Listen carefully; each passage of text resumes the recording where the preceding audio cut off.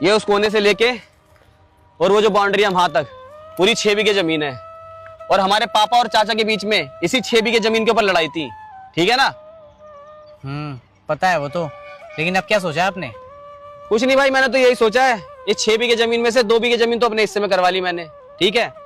बाकी 4 बीघे में से 2-2 बीघे जमीन तुम्हारे नाम भी करवा रहा हूँ, ठीक है? साइन मैंने कर दिए, पटवारी जी से बात कर ली है, कल सुबह तहसील जाना, काम हो जाएगा। लो पकड़ो। कहने का मतलब ये है, तीनों भाइयों के हिस्से में बराबर की जमीन बट रही है, 2-2 बीघे, ठीक है?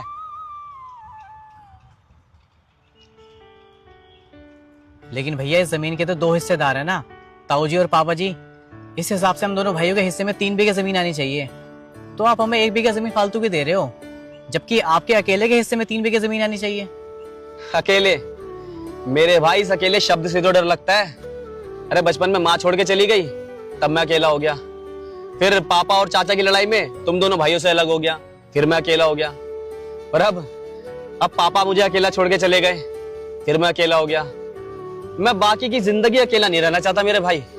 तो ये जो लड़ाई की जड़ है ना, इस जड़ को ही खत्म कर देना चाहता हूँ। 1 बीघा जमीन फालतू ले लो, लेकिन मेरे भाई मैं बस इतना चाहता हूँ, तीनों भाई आपस में मिल के रहें, बस।